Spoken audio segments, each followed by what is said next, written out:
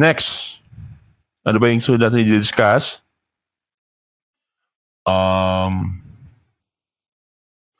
Saan ba makita yung income? Okay? Saan ba pwede makita yung income ni voucher at ni profit sharing? Ganun. Yan natin.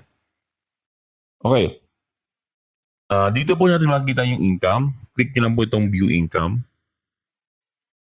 Kung makita nyo dito, meron ditong table na, tab na profit shares, e-voucher, monetization, voucher sales.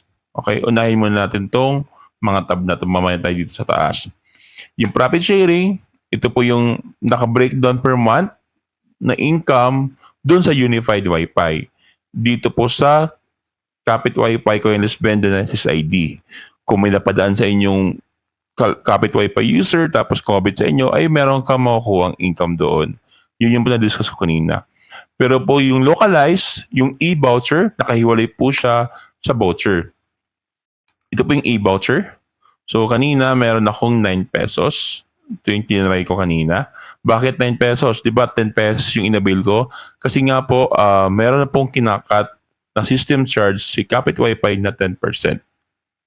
Okay, kaya 9 pesos. Ito na yung actual na income. So wala na pong i-deduct dyan si Kapit Wi-Fi. Okay? Next is monetization. Ano ba itong monetization? Ito po yung withdrawal. Yung e-voucher nyo na pumasok dito ay pwede nyo i-withdraw. Okay? Monetize yung tawag namin sa withdrawal. Okay po? Dito, voucher sales, itong figure po na to, itong amount po nito is nasa inyo to. Cash nyo to, hawak. Kaya hindi nyo to pwedeng ma-withdraw. Kasi nasa inyo na to. Okay? Ang pwede nyo ma-withdraw is itong nasa wallet balance nyo. Punta po tayo dito sa taas naman. Isa-isahin natin to sa operator income. Estimated total profits, 5,337.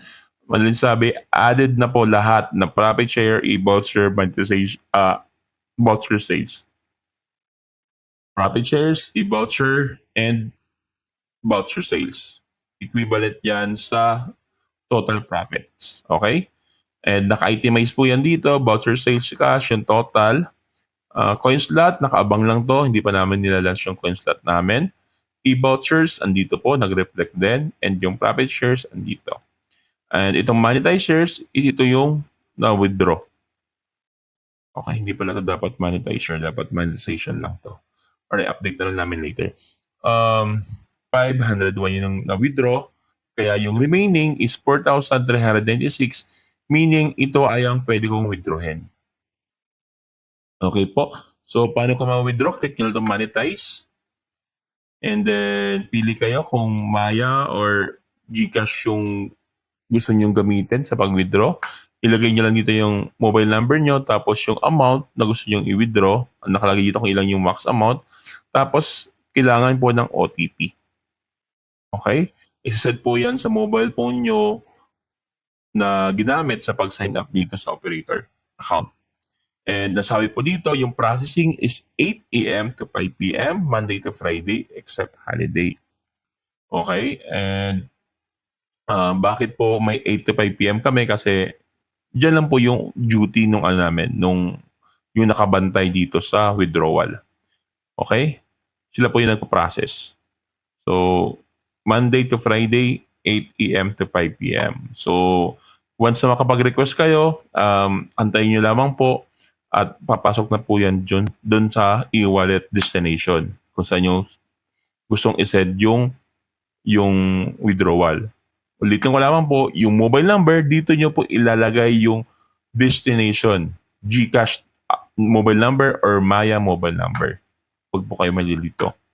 Okay? Tapos sabi dito, bank will charge 2% in processing fee kasi meron po yung bayad once na ma-process namin. 2% po yan.